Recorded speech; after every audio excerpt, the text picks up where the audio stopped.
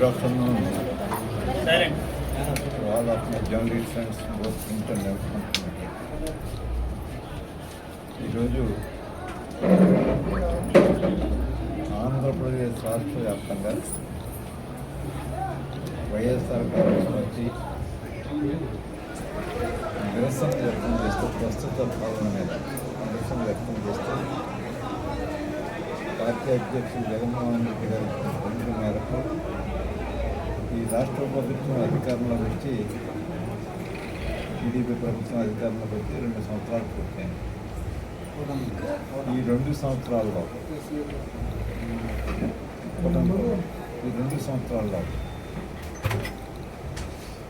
ప్రజలు వారికి ఇచ్చిన వాగ్దానాలకి పూర్తిగా వ్యతిరేక నిర్ణయాలు తీసుకుంటూ ఉన్నారు. ఒకసారి డీటెయిల్స్ కూడా వెళ్దాము. ఒకటి, ప్రజలకు ఇచ్చిన హామీలు అమలు చేస్తారని ఎన్నో ఆశలు చెప్పుకుంటే సాధ్యమైన జరిగింది.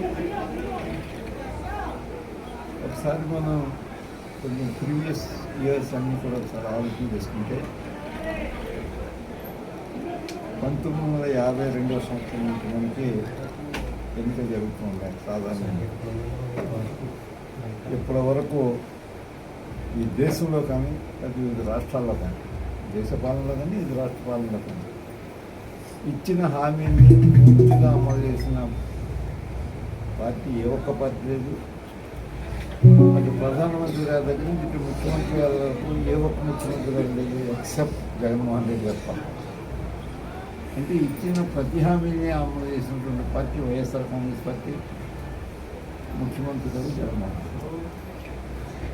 అంటే ఆ రోజు 5 సంవత్సరాల పరిపాలన ఉండగా 2 సంవత్సరాలు మనం ఆర్థికంగా పూర్తిగా నష్టపోయాం. కోవిడ్ వల్ల నష్టం వచ్చినప్పటికీ కూడా, ఆర్థికంగా పూర్తిగా కొలాప్స్ అయినప్పటికీ కూడా ఎక్కడ వెనుకంజి వేయలేదు. ఇచ్చిన హామీ నిలబడత. ఆ రోజు కొంతమంది నేను చెప్పాను, మనకి ఇబ్బందులు ఉంది కాబట్టి, ఆర్థిక ఇబ్బందులు ఉంది కాబట్టి 1 సంవత్సరం స్కిప్ చేద్దాం, మనం ఇచ్చిన హామీని 1 సంవత్సరం మనం దాటవేద్దామని అప్పటికి స్టెబిలైజ్ అవుతామని చెప్పినప్పుడు కూడా నేను ఏం చేస్తాం లేదంటే దానికి కూడా కారణం చెప్పాను. మన దేశంలో ఏ రాజకీయ పార్టీ కూడా ఇచ్చిన హామీని అమలు చేయట్లేదు. దాని కారణంగా రాజకీయ పార్టీల మీద ప్రజల గౌరవం, విశ్వాసం సన్నగిలింది. రాజకీయ నాయకుల మీద పూర్తిగా విశ్వాసం సన్నగిలింది. దాన్ని మరలా మనం నిలబెట్టడానికి ప్రయత్నం కనీసం మన నుంచన్నా ప్రయత్నం చేద్దాం. ప్రయత్నం చేయకపోతే ప్రజాస్వామ్యం మీద ప్రజల విశ్వాసం కోల్పోయే ప్రమాదం కూడా ఉంది. అంతే దాన్ని మనం నిలబెట్టుకోవాలనేది ఏకైక లక్ష్యంతో పనిచేసి ఇచ్చిన ప్రతి హామీ అమలు చేశారు. దాదాపు 3 అమలు చేసినటువంటి ఏకైక ముఖ్యమంత్రి. ఆ రోజు పెద్దగా గగ్గోలు చేశారు. ఏమైనా గగ్గోలు చేశారంటే రాష్ట్రం అప్పులమయం చేశారని, దెబ్బ చేసేసారని వచ్చినట్టు మాట్లాడారు. ఆ రోజు ఎంత అప్పు చేశారు, ఈనాడు ఈ 2 సంవత్సరాలు ఎంత అప్పు చేశారు మీకు వివరిస్తాను. ఈ టోటల్ అవుట్ స్టాండింగ్ లైబిలిటీస్ అంటే రాష్ట్రంలో ఉన్నటువంటి టోటల్ అప్పులు జగన్మోహన్ రెడ్డి గారు 12 జూన్ 2004 జూన్ 12వ తేదీ 2004కి టోటల్ లైబిలిటీస్ ఎంతంటే పిఎస్సి ఇంక్లూడింగ్ పిఎస్సిస్ అంటే పబ్లిక్ సెక్టర్ అండర్టేకింగ్స్ వాటితో కలుపుకుంటే 9.74 lakhs. మనకున్న డబ్బు 9.74 లక్షల కోట్లు. కానీ ఈరోజు ఎంత అప్పు చేశారంటే గవర్నమెంట్, ఈ present TDP government, TDP led by NDA government has added a state liabilities approximately 10.88 lakhs crores. 5 సంవత్సరాల్లో 9.74 లక్షల కోట్ల అప్పులు చేసిన రాష్ట్రం ఉంటే ఈవేళ 2 సంవత్సరాల్లోనే 10.88 లక్షలు. అది వ్యత్యాసం. ఇంకా 3 సంవత్సరాలు కలపాలి. అంటే ఇంకా 3 సంవత్సరాలు అంటే ఈ ట్రెండ్ ఆఫ్ బారోయింగ్ చూసుకున్నట్లయితే ఎంత అవుతుందో చూడండి, ఇంకొక 2 రెట్లు ఎక్కువ పెరుగుతుంది. అప్పటికంటే ఇంకొక 2 రెట్లు ఎక్కువ పెరుగుతుంది. అది మరి ఆనాటికి ఈనాటికి ఉన్నటువంటి వ్యత్యాసం. ఒకసారి నేను సూటిగా ప్రశ్నించేది ఏంటంటే, రాజకీయ అనుభవం లేని వ్యక్తి కాదని చంద్రబాబు నాయుడు గారు సుదీర్ఘ కాలం పాటు ఈ రాష్ట్రాన్ని పరిపాలించిన ముఖ్యమంత్రి గారు. దాదాపు ఇప్పటికైతే 16 సంవత్సరాలు అయింది. 16 సంవత్సరాలు ముఖ్యమంత్రిగా ఉన్నారు. సరే, మనకి హామీలు ఇచ్చినప్పటికీ 14 సంవత్సరాలు పూర్తి చేశారు. అప్పటికే సుదీర్ఘ కాలం పాటు ఈ రాష్ట్రాన్ని పరిపాలించిన ముఖ్యమంత్రి గారు. 2, ఆర్థిక శాస్త్రంలో పోస్ట్ గ్రాడ్యుయేట్ చేశారు.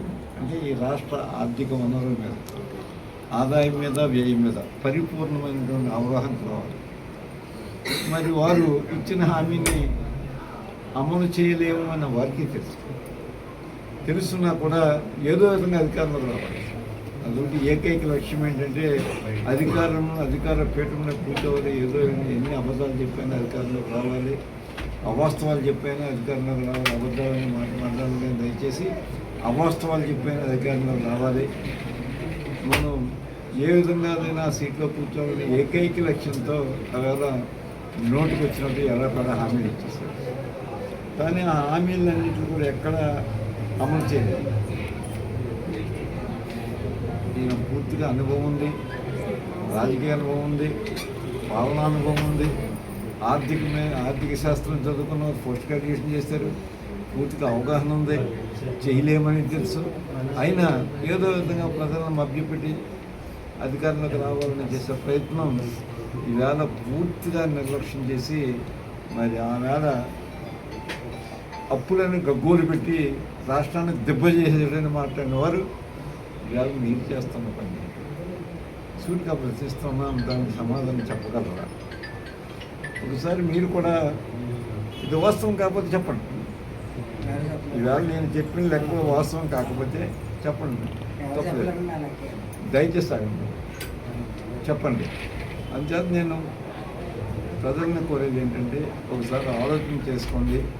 5 సంవత్సరాలు మా ప్రభుత్వం, మా పార్టీకి మీరు పరిపాలన జగన్మోహన్ రెడ్డి గారు అప్పచెప్పినప్పుడు 2 సంవత్సరాల్లో కోవిడ్ వల్ల ఆర్థికంగా కొలాప్స్ అయినా కూడా ఇచ్చిన ప్రతి మాట అమలు చేసినటువంటి ఏకైక రాజకీయ పార్టీ వైఎస్ఆర్ కాంగ్రెస్ పార్టీ, ఏకైక నాయకుడు జగన్మోహన్ రెడ్డి. ఈ దేశంలోనే, నేను ఒక రాష్ట్రం గురించే మాట్లాడతాను, ఈ దేశంలోనే ఇప్పటివరకు పూర్తి హామీలు అమలు చేసినటువంటి పార్టీ మనకు. నేనేమే మిగతా పార్టీని, దేశంలో మిగతా పార్టీని అభివృద్ధి చేసేది వాటి మీద వెళ్తలేదు, అంత డీటెయిల్స్ వెళ్ళలేదు, పూర్తి హామీలు అమలు చేయలేదు. మరి అంత గగ్గోలు పెట్టిన వారు ఇవాళ మీరు చేస్తున్న పని ఏంటి అని అడుగుతున్నారు. ఎంచక మరి చేయవలసి వచ్చిందో ప్రజలకు నిశ్చితంగా, విపులంగా మీరు కూడా ఒక వైట్ పేపర్ రిలీజ్ చేసి ప్రజలను చెప్తే మరి ఏం చేత హామీలు ఇచ్చాం, మరి హామీలన్నింటినీ అమలు చేయనట్టేనా చెప్పేమండి, మన తప్పేం లేదు. ఇచ్చిన హామీలన్నింటినీ కూడా పూర్తిగా వైదొలుగుతున్నాం మేము, మాకున్న పరిస్థితుల కారణంగా చెప్పి తప్పలేదు. వారి పరిపాలనలో వచ్చినటువంటి కష్టాలని చెప్పి మేము వైదొలుగుతున్నామని చెప్పితే ప్రజల్ని అడగాలి. ప్రజలు ఇది ఇచ్చిన హామీలు ఒకటి, చేస్తున్న పని ఒకటి. ఇది ఒక్కసారి మరి గౌరవ ముఖ్యమంత్రి గారిని ఈ విధానం ఏమాత్రం కూడా కరెక్ట్ కాదు. ఈవేళ రాష్ట్రంలో ఎన్ని ఆదాయాలు కోల్పోయినటువంటి ఆశయాలు పూర్తిగా మరి ఏదో ఎంఎస్పీ పూర్తిగా రాకపోయినా ఏదో గట్టెక్కాం. ఎంఎస్పీ పూర్తిగా రాలేదు, నేను గట్టెక్కిన దాని మీద కూడా నేను మాట్లాడుతున్నాను. మరి మామిడి పూర్తిగా క్రైసిస్, టొబాకో, అరటి, శనగ ఇవన్నీ కూడా పూర్తిగా క్రైసిస్లో పడిపోయిన రైతులందరూ కూడా. ఈ రైతులను ఆదుకోవడానికి కనీసం ఒక్కరికి కూడా ముందుకు వేయకపోవడం చాలా దురదృష్టకరం. మనకి ఎందుచేత మీరు వెనకాడుతూ ఉన్నారు, అటు కేంద్ర ప్రభుత్వం కానీ మీరు కానీ.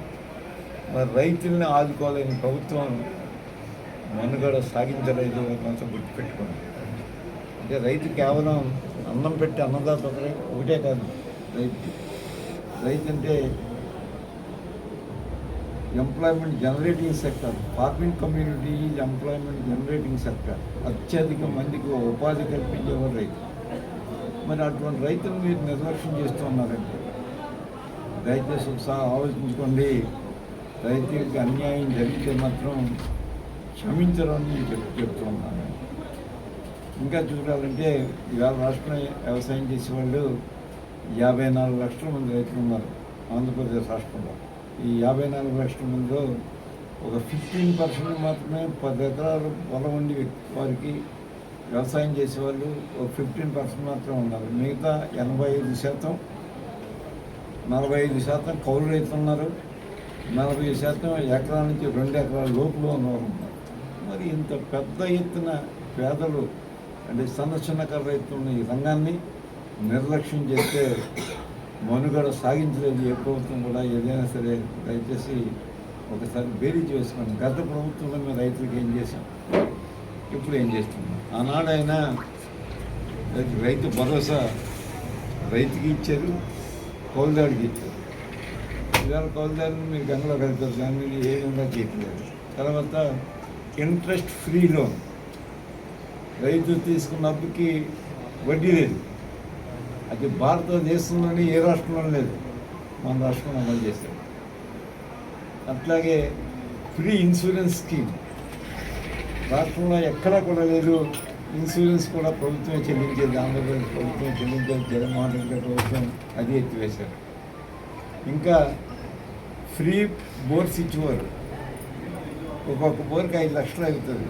అప్లాండ్ ఏరియాలో 5 లక్షలు కూడా ఉచితంగా ఫ్రీ బోర్స్ వేసి పెట్టారు.